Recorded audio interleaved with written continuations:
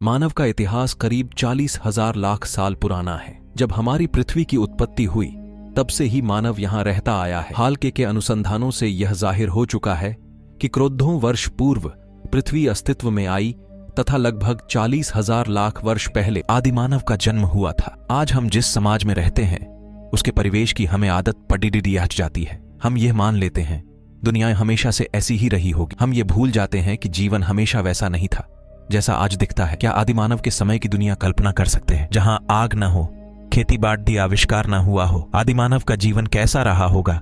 उस समय लोग यात्राएं तो कर लेते थे पर सड़कें नहीं थी, यातायात के आधुनिक साधन नहीं थे। जंगलों में भोजन की तलाश में घूमता रहता था, जानवरों का शिकार करके खाना, गुफाओं में रहना, यही उनकी दिनचर्या हुआ करती थी। वह जंगली जानवरों के भय से गुफा के बाहर दरवाजे पर आग जलाकर अपनी रक्षा करता, पत्थर से ही आग जलाता, पत्थर के ही बर्तन एवं औजारों का उपयोग करता। इसलिए आदिमानव काल को पाषाण काल या प्रस्तर का काल भी कहते। इस काल में आदिमानव घुमक कर जीवन बिताता। वह छोटे छोटे समूहों में रहता था। समूह के नेता या मुखिया के साथ भोजन की तलाश में इधर उधर घूमता रहता और जब एक स्थान पर भोजन समाप्त हो जाता तब वह दूसरे स्थान पर चला जाता। वैसे वैसे वह अपने लिए और सुविधाएं जुटाने लगा। प्रारंभ में मनुष्य को कपड़े पहनने का ज्ञान नहीं था। वह पेटदच की छाल, बड्ढे बड्ढे पत्तों एवं जानवरों की खाल से ठंड के समय अपना बचाव करता था। धीरे धीरे मानव ने धातु की खोज की। पहले तांबा, बाद में जस्ता, फिर सीसा खोजा गया। कुछ स्थानों पर तांबे की कुल्हाड़ ढियाएं मिलने से पता चला है